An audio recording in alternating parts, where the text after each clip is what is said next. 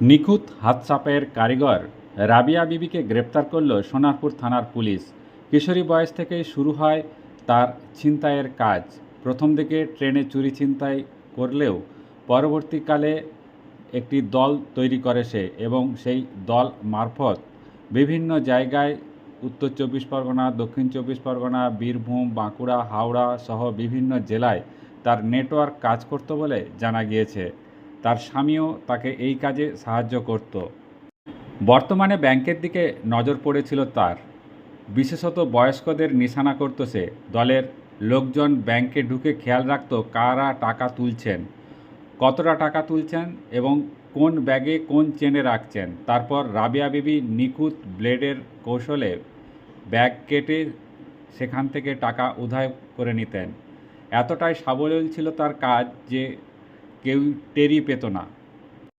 সম্প্রতি সোনারপুরের বাসিন্দা তপতি সরকারের ব্যাগ থেকে খোয়া যায় 1 লক্ষ টাকা। তিনি সোনারপুর থানায় অভিযোগ দায়ের করেন। সেই ঘটনার তদন্তে নেমেই রাবিয়া বিবি ও তার সঙ্গীকে গ্রেপ্তার করেছে সোনারপুর থানার পুলিশ। কিভাবে আপনার টাকাটা খোয়া গেছিল?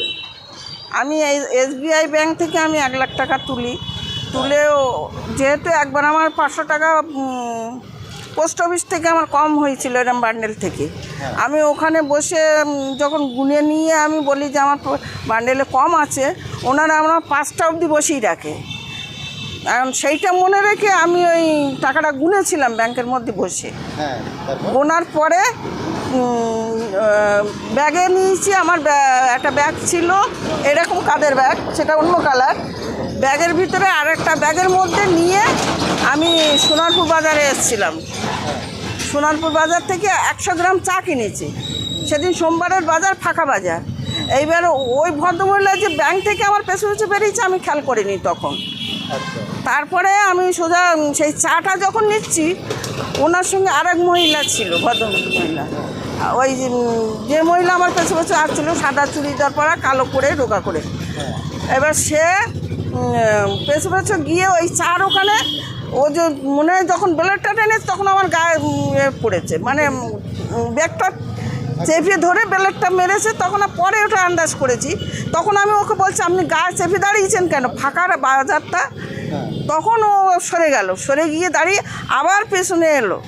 এসে সেই দোকানের দরজাটা ছিল এই ধারে, আর দোকানদার ওনার হলো এই বাইকটা এরকম দরজার এক সাইডে ছিল। এবার ওখানে প্যাসেজটা খুব ছোট হয়ে গেছিলো। ছোট হলে তখন ও যখন আবার পেছনে দাঁড়িয়ে ওনার পা দিয়ে আরেক যে ভদ্রমহিলা ছিল উনি